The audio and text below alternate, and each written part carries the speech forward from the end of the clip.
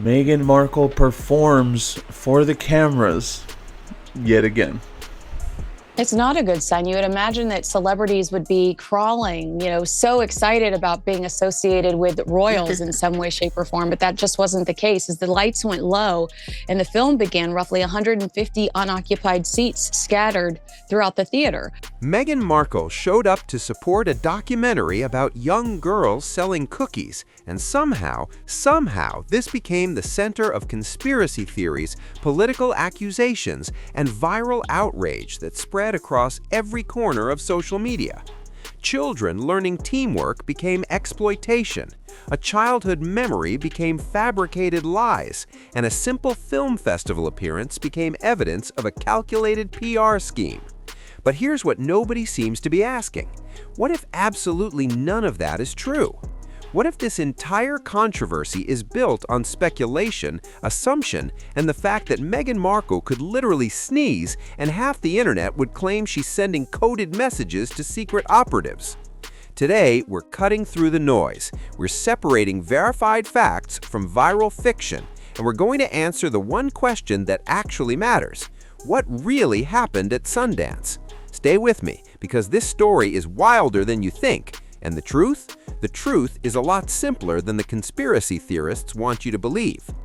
The event that sparked everything. Let's start with what actually happened. No rumors, no theories, just documented facts. January 2026, Park City, Utah. The Sundance Film Festival is in full swing, showcasing independent films from around the world. Among the lineup is a documentary called Cookie Queens. The film follows 4 young Girl Scouts from different backgrounds as they compete during cookie selling season. It documents their struggles, their victories, their friendships, and the life lessons they learn along the way. Think of it as a coming-of-age story centered on ambition, resilience, and personal growth. Meghan Markle and Prince Harry are listed as executive producers through their production company, Archwell Productions. This means they provided financial backing and support for the project. They didn't write the film, they didn't direct it, they didn't appear in it, they simply helped make it possible. On the day of the screening, Meghan and Harry attended the event.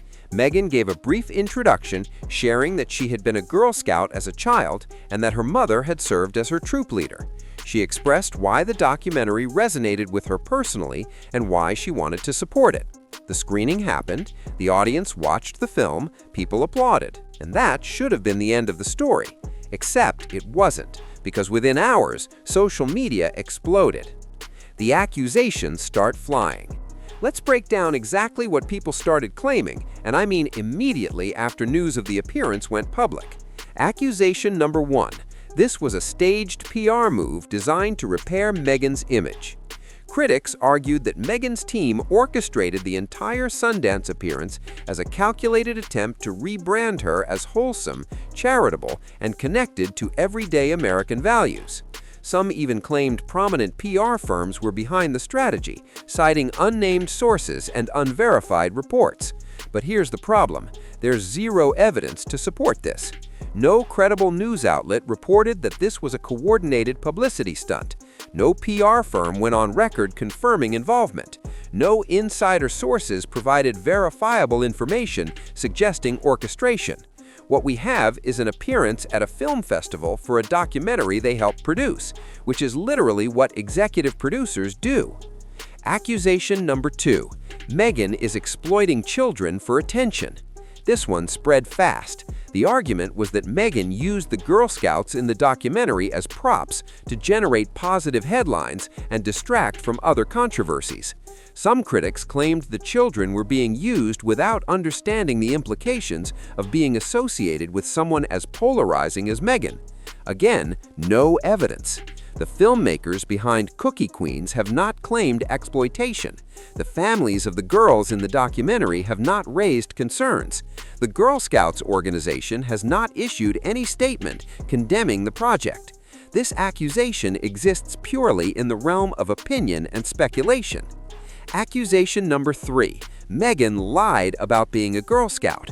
This theory gained traction quickly. people online began dissecting childhood photos, questioning timelines, and suggesting that Meghan fabricated her entire connection to the Girl Scouts to create a false narrative of relatability. The facts? No Girl Scout organization has disputed her claim. No former troop members have come forward to contradict her story. No verifiable records exist that challenge her account. Meghan has mentioned her Girl Scout experience in past interviews, and it has never been contested until now, coincidentally right after this documentary appearance. Accusation number 4. The documentary contains hidden political messaging aimed at children. Some critics claimed Cookie Queens wasn't really about cookies at all. They suggested the film was a vehicle for progressive ideology, political indoctrination, or social activism disguised as a feel-good story about young girls. So what does the documentary actually contain? According to festival synopses, press materials, and early reviews, Cookie Queens focuses on competition, teamwork, goal setting, and confidence building.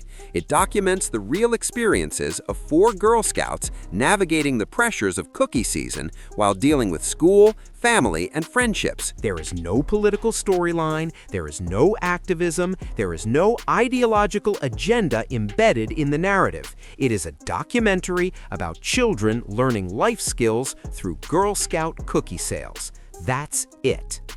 Accusation number 5. Meghan and Harry's body language at the event revealed relationship trouble. Body language experts and online commentators analyzed photos and video clips from the Sundance appearance, claiming Meghan looked annoyed, disconnected, or uncomfortable around Harry. Some suggested this indicated deeper marital issues. Here's the reality. Body language analysis from brief clips and still photographs is subjective, unreliable, and easily manipulated by selective framing. A single moment captured on camera can be interpreted 100 different ways depending on the viewer's bias. There are no verified reports of relationship conflict tied to this event. No credible insiders have confirmed tension between Meghan and Harry. No reputable outlet has reported marital problems connected to the Sundance screening. Speculation is not evidence, and a photo is not proof. So why did this blow up? Here's the uncomfortable truth. Meghan Markle has become one of the most polarizing public figures on the planet. Since stepping back from royal duties in 2020, virtually everything Meghan and Harry do triggers intense reactions.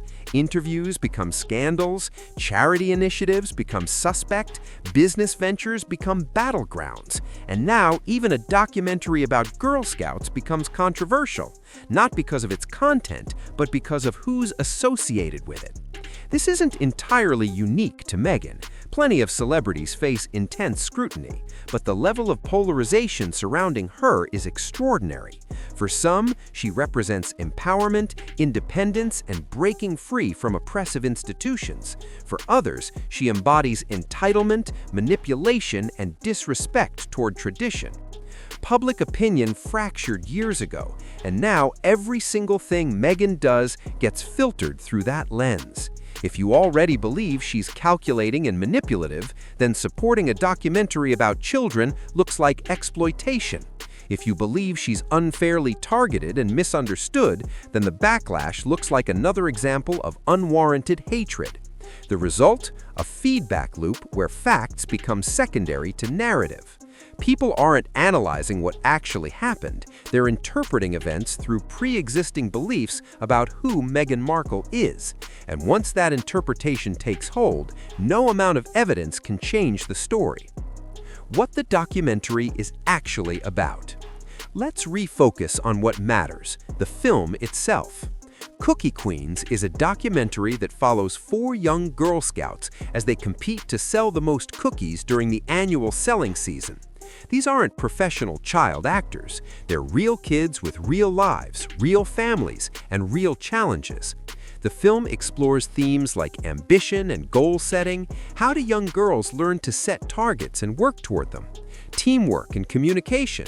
What happens when competition clashes with friendship? Family dynamics. How do parents support their children without imposing their own dreams onto them? Resilience and confidence. What does it take for a child to believe in themselves when things get tough? These are universal themes. These are lessons that apply to adults just as much as they apply to kids. And these are the kinds of stories that independent documentaries exist to tell. There is no hidden agenda, there is no political messaging, there is no manipulation. It's a documentary about children learning life skills through an organization that has existed for a century. That's the entire premise. The facts. Nothing more, nothing less. Let's summarize what we actually know, stripped of rumors, theories, and exaggeration. Fact 1. Cookie Queens is a real documentary produced by independent filmmakers. It premiered at the 2026 Sundance Film Festival. Fact 2. Meghan Markle and Prince Harry served as executive producers through Archwell Productions. Their role was financial and supportive, not creative. Fact 3. Meghan and Harry attended the Sundance screening. Meghan spoke briefly about her childhood experience as a Girl Scout and why the film resonated with her. Fact 4. The documentary focuses on leadership, teamwork, confidence building, and personal growth. There is no political storyline or ideological messaging embedded in the content. Fact 5. No credible evidence supports claims of exploitation, fabrication, PR manipulation, or hidden agendas. That's the entire story. Everything else circulating online, the conspiracy theories, the body language analysis, the accusations of lying, remains opinion, speculation, and assumption, not fact. Why facts still matter. Whether you admire Meghan Markle or you can't stand her, facts still matter, especially when children are involved, especially when real filmmakers put years of work into a project that deserves to be judged on its own merits, and especially when misinformation spreads faster than corrections ever will. Because here's what happens when narratives take over. Truth becomes optional, outrage becomes the product, and reality gets buried under layers of bias, assumption, and viral rage. The young girls in Cookie Queens didn't ask to be part of a controversy. They signed up to be in a documentary about Girl Scout cookies. They didn't agree to become pawns in a debate about Meghan Markle's credibility or reputation. The filmmakers behind this project didn't create it to fuel online battles. They made it because they believed this story was worth telling.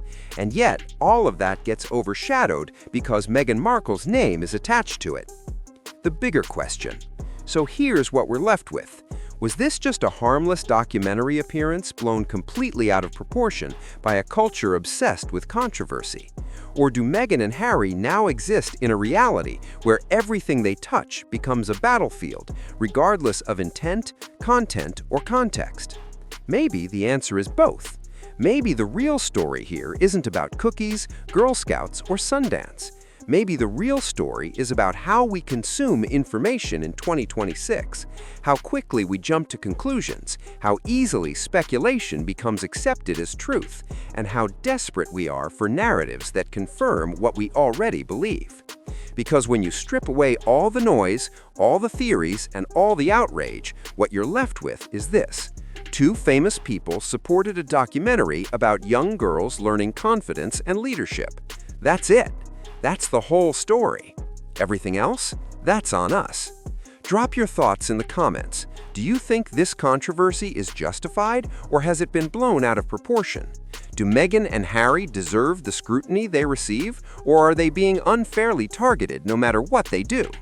And if you want more fact-based breakdowns that separate reality from rumor, make sure to subscribe. Because in a world where outrage travels faster than truth, somebody needs to hit the brakes and actually check the facts. Thanks for watching, and I'll see you next time.